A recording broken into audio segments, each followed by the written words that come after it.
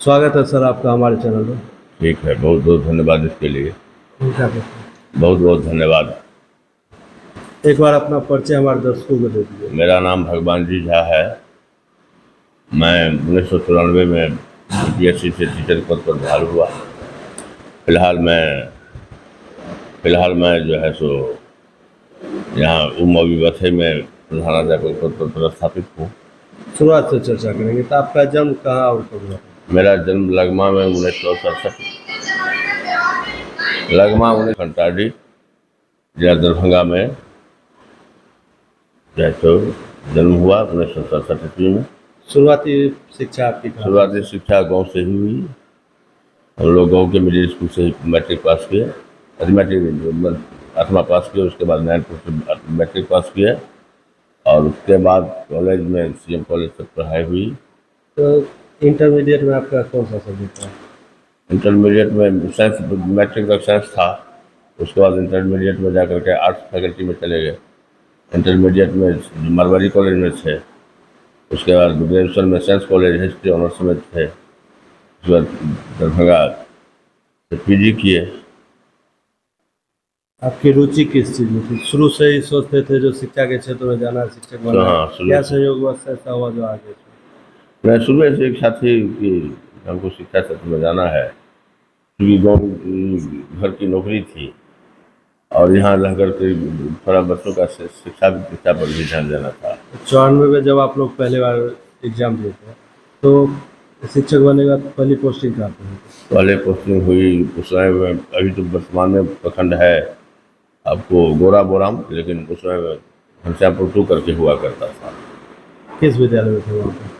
वहाँ मध्य प्राइमरी विद्यालय थी मनसारा प्राइमरी विद्यालय में। कितने वर्षों तक आपका योगदान वहाँ रहा?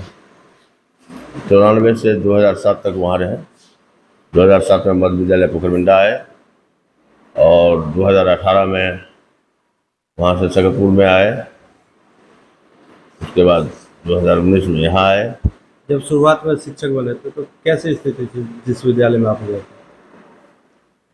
स्थिति, इंफ्रास्ट्रक्चर बढ़िया नहीं था। धीरे धीरे क्रमिक सुधार हुआ है, लेकिन पढ़ाई की व्यवस्था जिस तरह से शिक्षकों से काम नहीं लिया जाता था। शिक्षक को केवल पढ़ाने के लिए रखा जाता था। वर्तमान विद्यालय में जो आया है तो क्या क्या बदलाव यहाँ कैसे है? बदलाव में केवल भवन, 2 भवन था। मैंने विभाग को प्रतिवेदन दिया तो यहाँ जो है सो सामने में जो देख रहे हैं 2 भवन वही था केवल। यहाँ लगातार विकास के लिए प्रयास किए, बाउंड्री किए, समरसेबुल, उसके बाद प्रोग्राम आया समरसेबुल का, वो करवाए, बाउंड्री करवाए, मकान के लिए लिखे तो मकान बना। उसके बाद विधायक जी से आग्रह करके बेंच टैक्स की जो है सो यहाँ दिलवाए।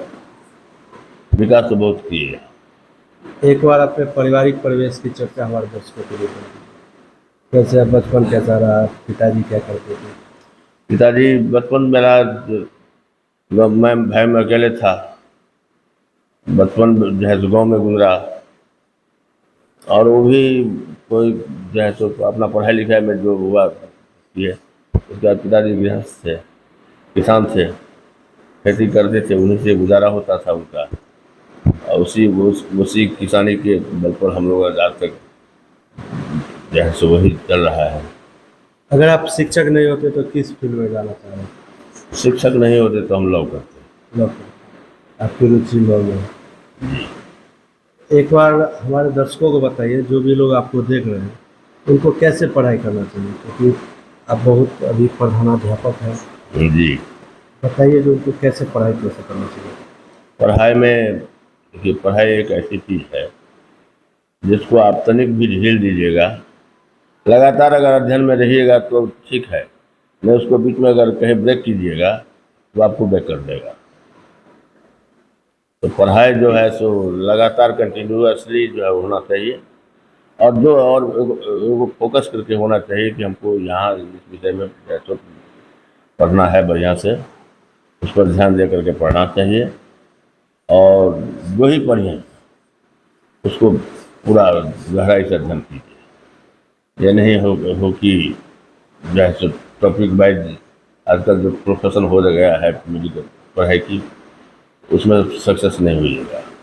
प्रधान अध्यापक हैं आप और कई शिक्षक भी आपके अंदर हैं। जी, तो उन्हें क्या संदेश देना चाहिए शिक्षकों को? उन्हें अपने कर्तव्यों के प्रति ईमानदार होने की सबसे मेरा पहला संदेश है कि आप जहाँ आए हैं, हम लोग तो अब रिटायरिंग अवस्था में हैं, 2-4 महीना के बाद सेवानिवृत्त हो जाएंगे।